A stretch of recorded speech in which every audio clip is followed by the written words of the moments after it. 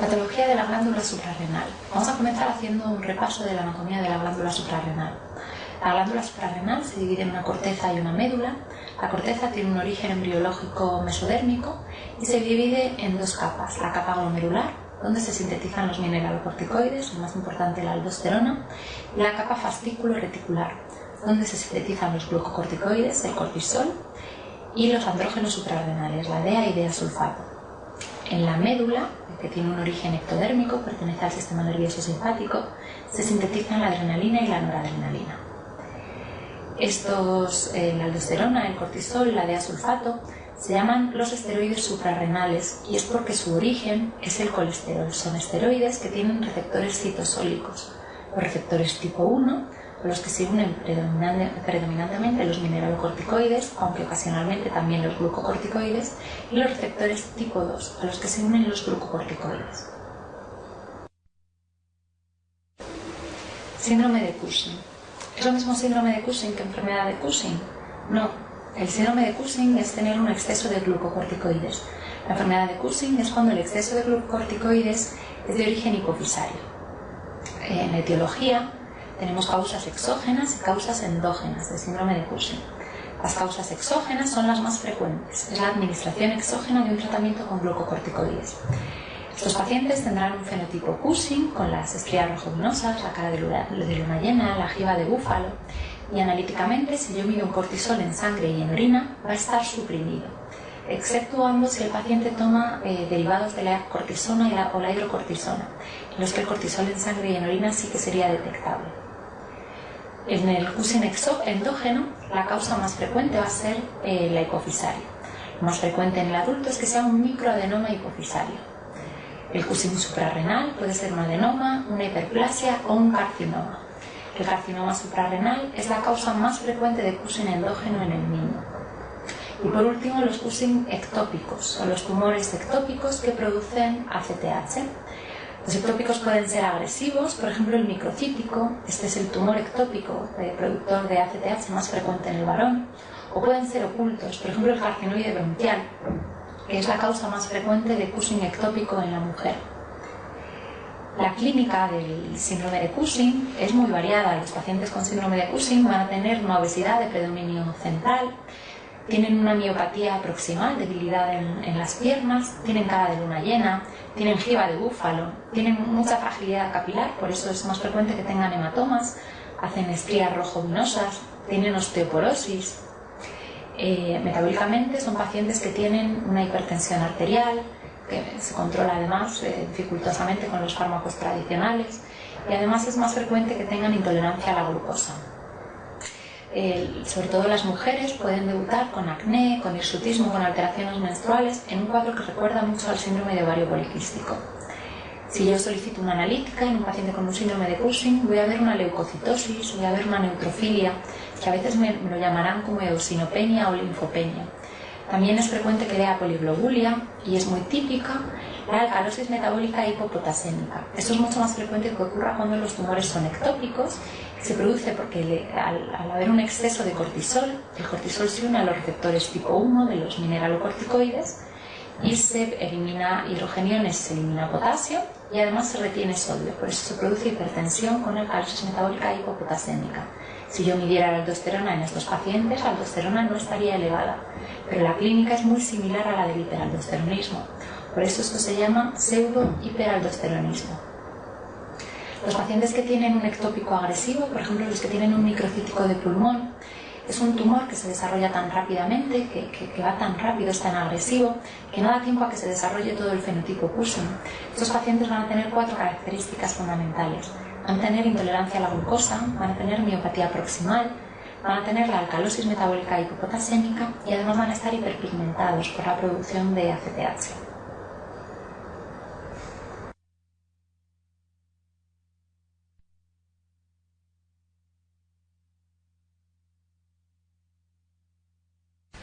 ¿Cuál será la causa más frecuente de Cushing endógeno ACTH dependiente? Cushing ACTH dependiente o que tenga niveles elevados de ACTH, tenemos el Cushing ectópico y el Cushing de origen central. Dentro de estos, el más frecuente en el adulto será la presencia de un adenoma hipofisario. y más frecuentemente va a ser un microadenoma hipofisario, por lo que la respuesta correcta va a ser la 3. Diagnóstico del síndrome de Cushing. Vamos a comenzar con el diagnóstico bioquímico, con las pruebas de primera línea.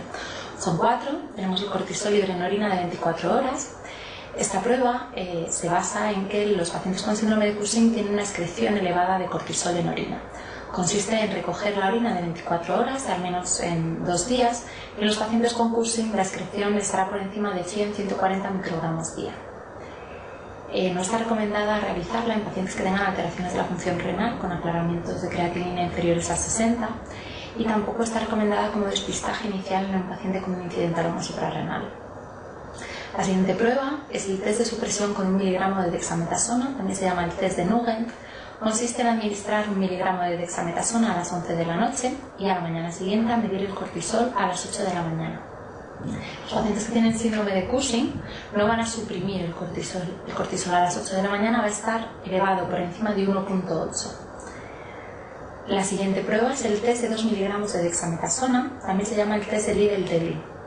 En esta prueba también me la pueden llamar de 0,5 miligramos cada 6 horas durante 2 días, porque consiste precisamente en eso, en dar 0,5 miligramos de dexametasona cada 6 horas durante 2 días y a la mañana del tercer día medir un cortisol a las 8 de la mañana. Si el cortisol no está suprimido, está por encima de 1,8, es sugerente de síndrome de Cushing. Diremos que es una prueba positiva.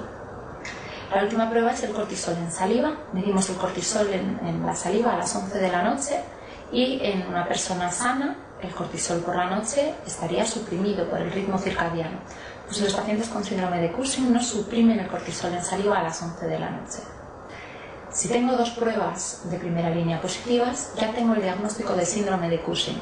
Si solo tengo una, tengo que hacer una de las pruebas de segunda línea, que son 2. El cortisol nocturno consiste en medir el cortisol sérico a las 11 de la noche y comprobar que los pacientes con Cushing no está suprimido, tendrán cifras por encima de 7,5. Y la segunda prueba va a ser una prueba combinada. Combinamos el test de 2 miligramos de dexametasona con un estímulo con CRH. Los pacientes que tengan pseudo-Cushing va a permanecer el cortisol suprimido a pesar del estímulo con CRH. Los pacientes que tienen Cushing central, en los que el eje CRH-ACTH-cortisol está conservado, al estimular con CRH, el cortisol va a elevarse.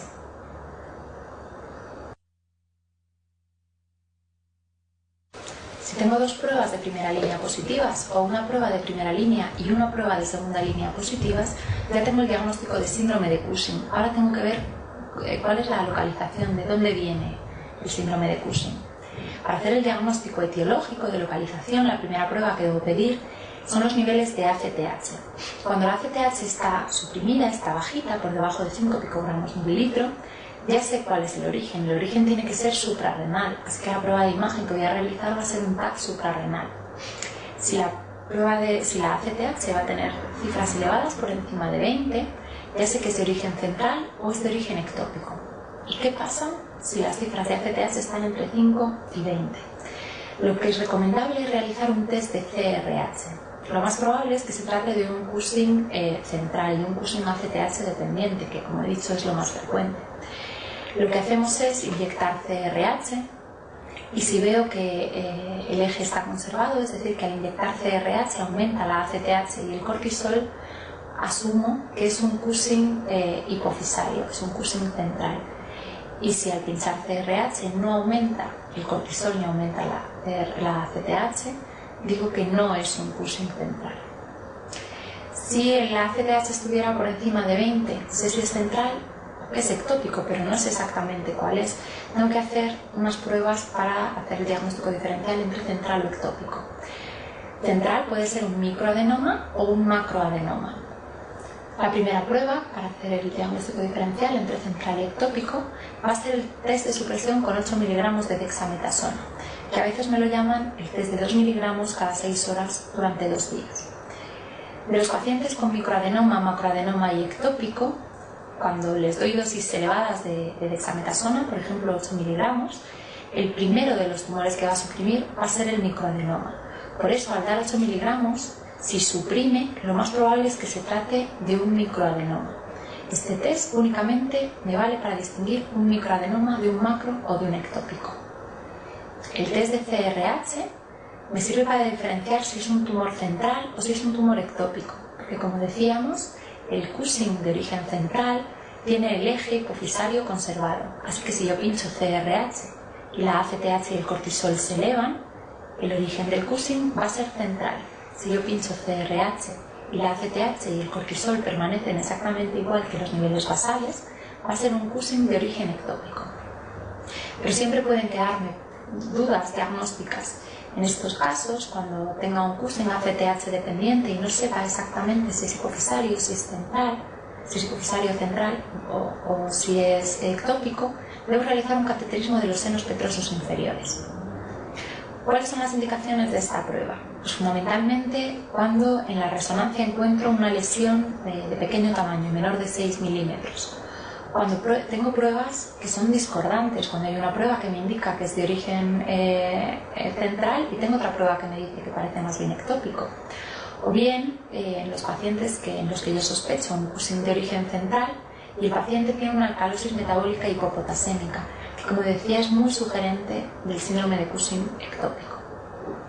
Si en el cateterismo de senos petrosos inferiores me dicen que existe gradiente, lo que significa es que una de las dos hemihipófisis produce más cantidad de ACTH que la otra.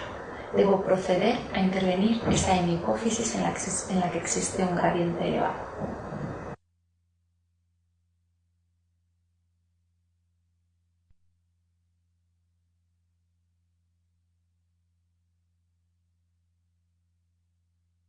El paciente de esta pregunta tiene un síndrome de Cushing por una secreción ectópica de ACTH, lo dicen en la propia pregunta, pero la presencia de alcalosis metabólica, de hipopotasemia, debe hacerme pensar que tiene un Cushing ectópico.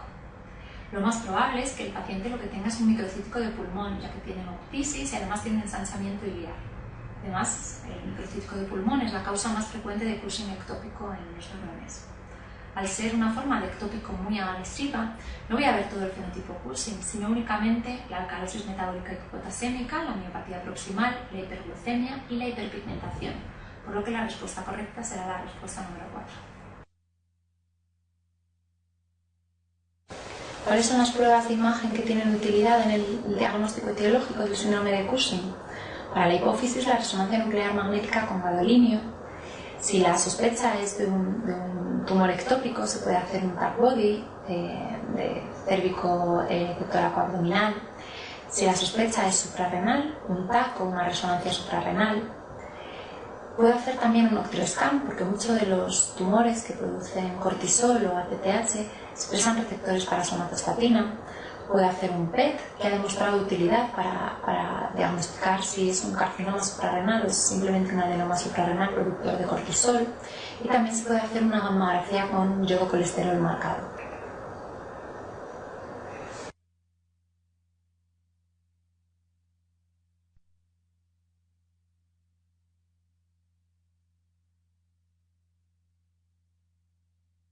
Esta pregunta me va a repasar el diagnóstico del síndrome de Cushing. Me hablan de una mujer a la que le han hecho varias pruebas, tiene un cortisol libre en orina elevado, que además no suprime ni con 1 miligramo ni con 2 miligramos, con lo que ya tendría 3 pruebas de primera línea que son positivas. El diagnóstico del síndrome de Cushing ya está hecho. Para ver la localización del síndrome de Cushing, la primera prueba que tengo que realizar son los niveles de ACTH, que los hacen y están elevados. Ya sabemos que el origen puede ser ectópico o puede ser central. Y le realizan un test de supresión de 8 miligramos de dexametasona. Y suprime. Esto me sugiere que se trata de un microadenoma hipofisario, por lo que la prueba a realizar será una resonancia nuclear magnética y la respuesta correcta será la respuesta número 4.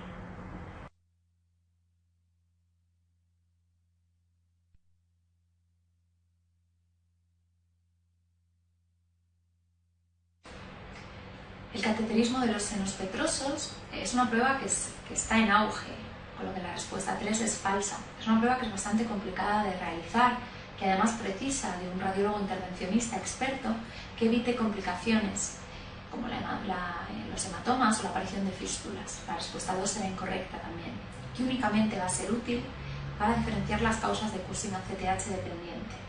La respuesta correcta será la respuesta número 4, ya que si demuestro que existe un gradiente, debo realizar una hemipofisectomía de la hemipófisis que tenga mayores niveles de ACTH.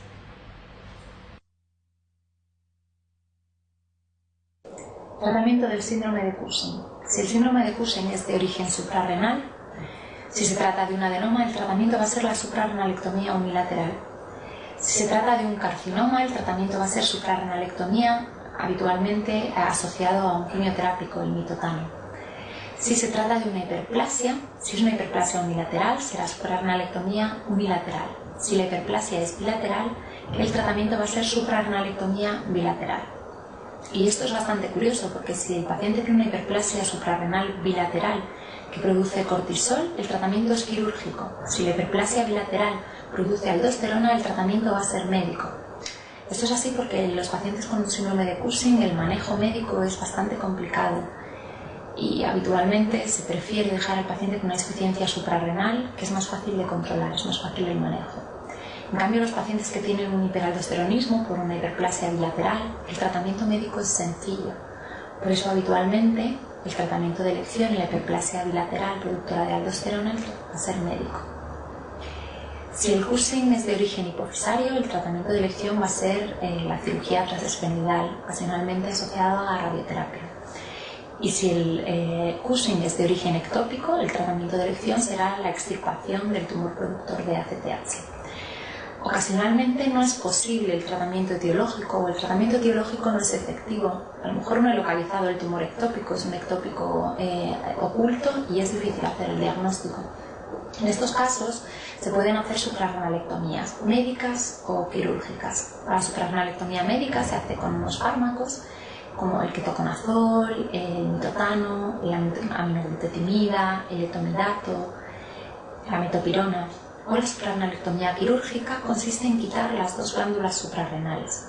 Esto en realidad no es un tratamiento etiológico, es un pequeño parche, es una pequeña cutrada que hacemos. Yo no sé exactamente dónde está el tumor del paciente, lo que sí que sé es que el cortisol se produce en las suprarrenales. Si yo extirpo las suprarrenales, voy a eliminar ese exceso de cortisol.